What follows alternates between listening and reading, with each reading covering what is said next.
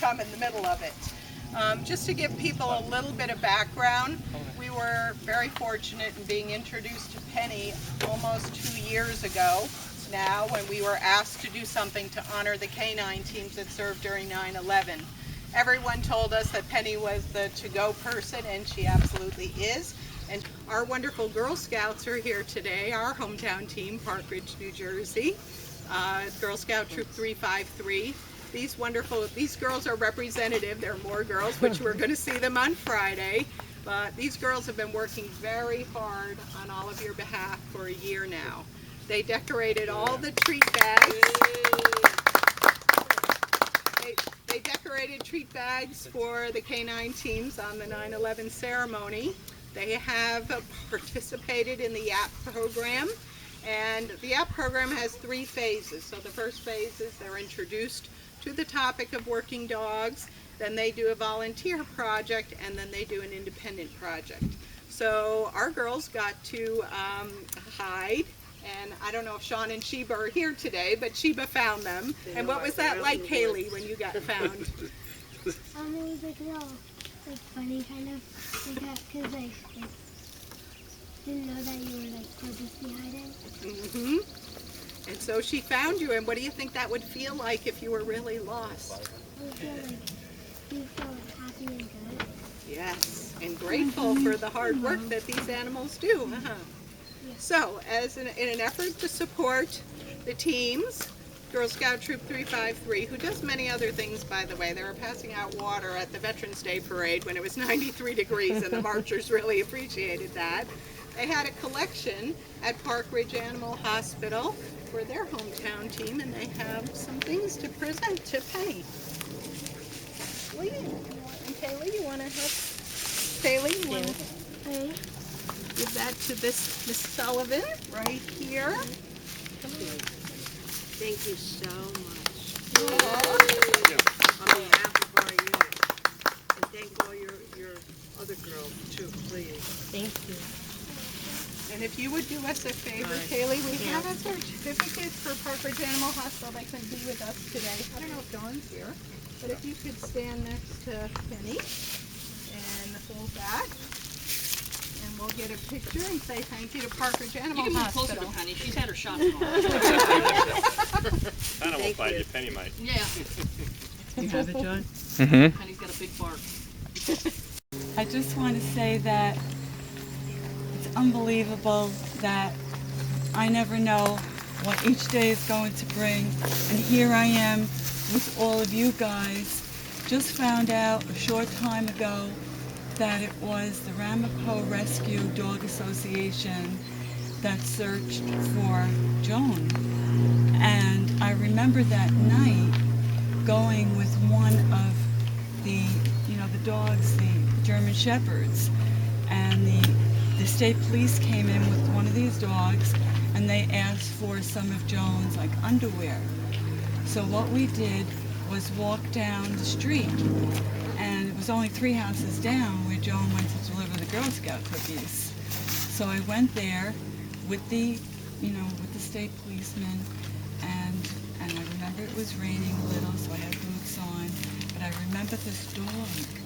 And this dog, I'm talking about you dogs.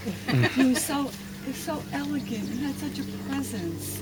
You had such a calmness, but such a strength. And that made me feel protected. It made me feel that I had somebody that was there at my side. And a person that was secure, because I wasn't feeling secure at that time. And it was just a feeling that now that I think about it, that was a good feeling to remember, to see this amazing animal, And I love animals. And by the way, Joan loved dogs. And here it was even almost smarter, it's a weird way to say, than a human being.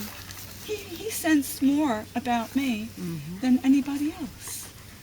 So he knew what he had to do.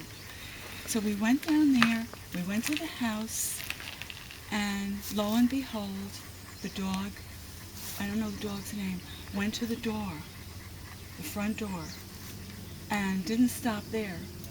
went to the garage door. So that was very important information that the police got, because it was like this was Holy Thursday.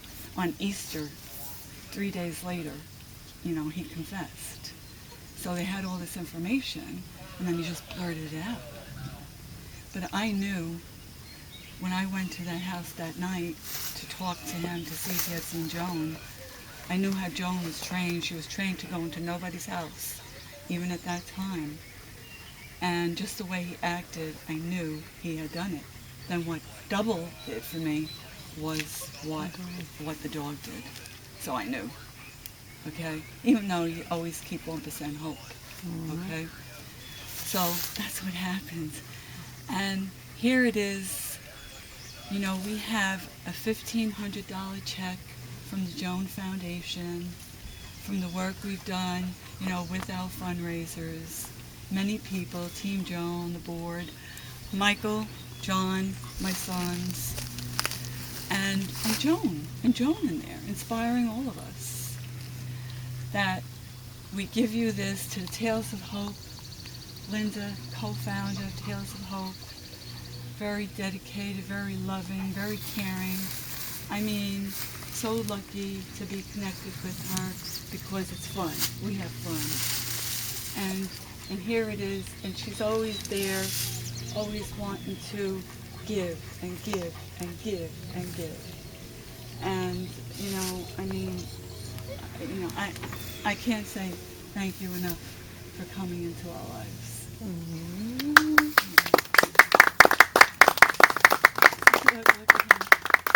And now all of you, now I know Penny. I heard so much of Penny. Now I know James, Tom, I know Patrick. So, and all of you. And what about the Girl Scouts? Little Brownie, little Kaylee, What about Boy Scouts, So, so I gave you the white butterfly, and the white butterfly it started because at the site when I went after 8 years, where Joan was found in Harriman State Park, in the mountains, I'm coming up the mountain, and the rock, the big rock where Joan was put, back of it, there was a white butterfly. And I was the only one that saw it. Wow. And I knew that was Joan.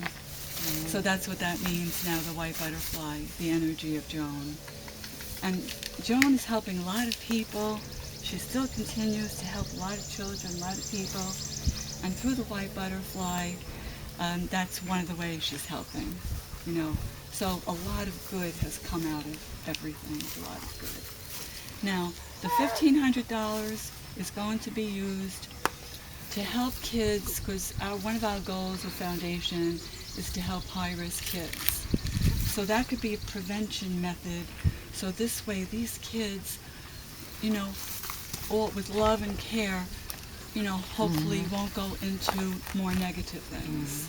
We want prevention. That's the way we're going to help innocent people. So it's going to help your Tales of Hope, your dogs, your service dogs, your working dogs are working with these kids. I understand some of our money is going to go toward the Father English Center, and that's going to help these high-risk kids get like an idea of the dogs and possible careers for them, and just to know that a dog could be, your friend, and really there for you. So it's going to also be for the charter schools in Hartford, Connecticut, charter school there. And the Father English Center, we have helped since 2001. And now she starts with Tales of Hope. She's like giving back, you guys with Tales of Hope, helping the Father English Center. So that's a double help between our foundation and your Tales of Hope. And we will continue to help you. And we will, our next gala is in October. That's a big fundraiser. And I love what you do. And definitely, I will always bring this up to my board. And, I'll always push for it. And no problem, because they love it. And we will help you more and more as we even get more monies. Okay? So, I say, in Joan's words, God bless everybody. God bless everybody. Thank you. Check? Yeah. Okay. Rosemary, you are stronger than I hope I can say Yeah, this honey. without crying, but it's very interesting, young people who are here, as you don't know what things impact your life as you go on, and people always talk about the circle of life. I was a pioneer in the child sex abuse field. I knew about Joan my entire career. I knew about the D'Alessandro family because they have been instrumental in leading the cause for the best legislation in the country that has helped to make children safer. And right now, there's an amendment, because Jones law says 14, like under 14. So we're going for one for under 18, so it'll take care of all minors. So right now, it's in the assembly, and I have a petition. So if you're interested, just email it to me. I brought it today so Oh, we can really? get people to Oh, sign it. great. And I can email it to Very you. Okay. interesting because it was our photography chair from the Finding One Another program, the 9/11 program, that brought us together, Nancy Katz. And when we met, she was asking what we were doing, and I was telling her, and she said, well, this is a match for our foundation because you're helping at Youth Risk and we're helping at Youth Risk. Then I found out recently that Penny's first search was for Joan. We knew none of this in the beginning. And it turns out that Erin, our director of volunteers, had suggested the charter school in Hartford. And I didn't know anything about it, and so I said, this is a great idea. Erin gave me more information. It's down the street where I started my sex abuse career. And then as Rosemary and I were talking more about this, I was telling her about the beautiful Semper Fi statue, and that's how I found out about you being on her search. Big stuff, And Rosemary has very graciously gone to the governor's office and spoken with them about how much we want that beautiful statue at Liberty State Park in memory of the dogs, but also as a place of tribute and education for future generations. And all the trainers. And so the person she spoke with was extremely receptive and said he would speak with the governor, and Congressman Tipton from Colorado, where the statue is from, has accepted our invitation to be honorary chair and to go to Governor Christie and ask him to serve as co-chair and give permission for the statue to be placed at Liberty State Park. So the lesson, young people, is you never know what you're going to do in life that may multiply to something bigger and help many more people. But look what they just did. Many more people and children in the world. And I want to say a special thank you to John and Michael. They were extremely We know you are the brain behind it. Yep. at the foundation. And Erin's going to say a few words about Jamoco Charter School, and we have something for you and your family. My very good friend is a teacher at Jamoki in Hartford, Connecticut. She's a 6th grade teacher. And it's a very different place to grow up than in Rockland or Bergen counties. A lot of crime, a lot of drugs, a lot of violence, broken families, and these kids just do not have the same opportunities in life that we do, just being born and growing up around here. So this would make a huge difference. They don't know anything about working dogs. They have no idea that that's a potential career field for them. So it's a whole new world for them that we could bring to them that they would never have a chance to learn about otherwise. So thank you very much. 'Cause they wouldn't Erin know. came to our board meeting, and she was so interested that she came to the board meeting just to see everybody. And just so everybody understands, in our presentation about the Youth Ambassador Program, YAP, we aren't talking just about the traditional thoughts that everybody has, which is breeder, handler, trainer, but we are expanding it across lines to architects who design the buildings we need, lawyers who do animal rights laws, and so on. And we have requested a White House conference through Homeland Security, and that request is under consideration at this point. We have asked for National Working Dog Day so that there would be an official day. From Homeland Security headquarters is mentoring Jared, an 8th grader, who selected for his YAP project to compare the laws in all 50 states towards criminalizing acts of harm against service dogs while they're serving. Imagine if you're an 8th grader and you get Homeland Security headquarters to be your mentor. One of the boys selected military working dogs. He's doing an educational PowerPoint. His name is Sam, and he's an 8th grader. And Sam is going to be mentored by Captain Fennell, who is at Lackland Air Force Base where they train the military working dogs. So thanks to technology, we're able to bring these people together from all over the country. And very graciously, thanks to the D'Alessandro Family and Foundation, we can bring it to more kids at high risk. Erin, if you would read that for us.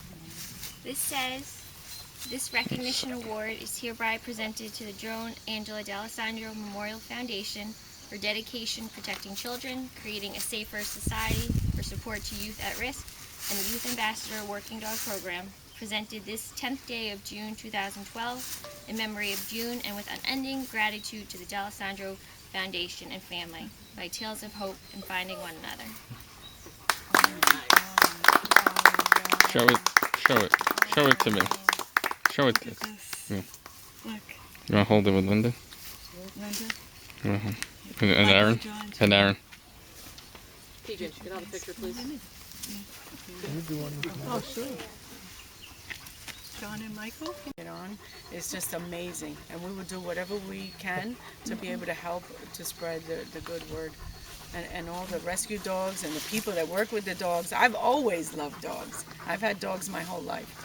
And now that we're married and on the run and we're moving so quickly, it's so hard to be responsible enough to have a dog. But to be here and witness this is just, it's also amazing. And thank you. Thank you, everyone. Thank you. Thank you, John. Here. A couple. More pictures. Okay. We're gonna have our photo taken and then Mel will say a few words. Now. I promise. Patty, tell me when you're ready. We have one for the military guys too. Just snapping as we go here. Okay, well let me know when you're ready. You'll see. What's that? Good girl, Paula. Good girl. Squeeze it. That's got the ears on. Can we switch signs here, Patty? Hang on a second. There's a wonderful group of the Sloatburg ladies of Unico, and they have donated money for GAP as well, but we're not able to be with us today. And Old Hook Medical, who hosted